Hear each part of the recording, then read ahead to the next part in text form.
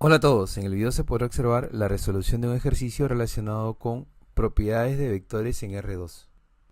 El problema nos da los vectores U, V y W.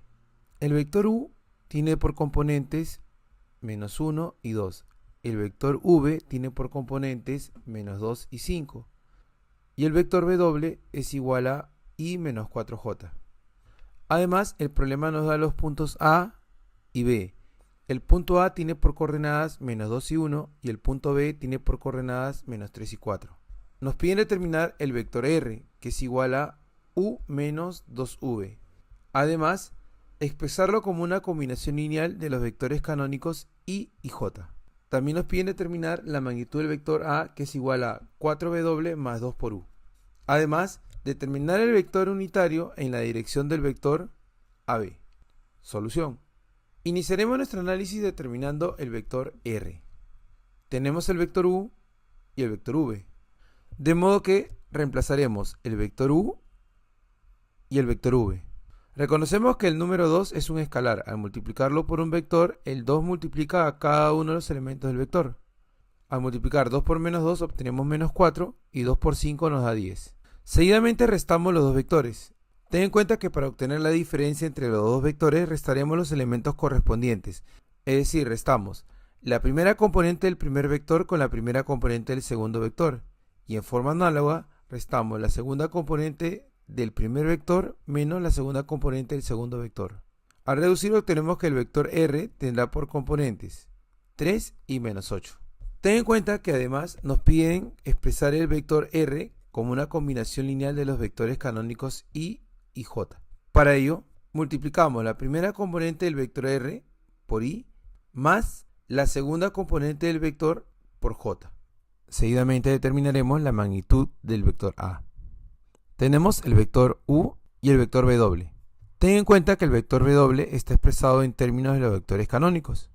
Entonces lo podemos expresar de forma equivalente. Y este vector W tendrá por componentes 1, menos 4. Dado que tenemos los vectores, los reemplazaremos. Reemplazamos el vector W y reemplazamos el vector U. Reconocemos que el número 4 es un escalar. Al multiplicarlo por un vector, el 4 multiplica a cada uno de los elementos del vector. 4 por 1 nos da 4 y 4 por menos 4 nos da menos 16. De forma análoga, multiplicamos el 2 por cada uno de los elementos del vector. Multiplicamos 2 por menos 1 nos da menos 2 y 2 por 2 nos da 4. Seguidamente sumaremos los dos vectores. Ten en cuenta que para obtener la suma entre los dos vectores, sumaremos los elementos correspondientes, es decir, sumamos la primera componente del primer vector con la primera componente del segundo vector. En forma análoga, sumamos la segunda componente del primer vector con la segunda componente del segundo vector. Al reducir obtenemos que las componentes del vector A son 2 y menos 12. Recuerda que el módulo del vector será igual a la raíz cuadrada de la suma de los cuadrados de cada una de las componentes del vector. De modo que al reemplazar cada una de las componentes del vector en la fórmula, obtenemos la raíz cuadrada de 2 al cuadrado más menos 2 al cuadrado. De modo que al reducir obtenemos que la magnitud del vector o el módulo del vector es igual a raíz de 148. Luego nos piden determinar el vector unitario en la dirección del vector AB. Tenemos el punto A y el punto B. De modo que el vector AB lo obtendremos restando el punto final B menos el punto inicial A. Entonces reemplazamos el punto B y el punto A. Para obtener la diferencia entre los dos vectores, restaremos los elementos correspondientes, es decir, restamos la primera componente del primer vector con la primera componente del segundo vector. En forma análoga lo haremos con la segunda componente del primer vector con la segunda componente del segundo vector.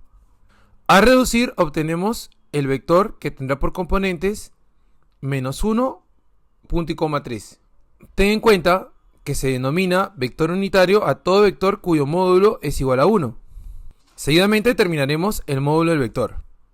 Recuerda que el módulo del vector será igual a la raíz cuadrada de la suma de los cuadrados de cada una de las componentes del vector.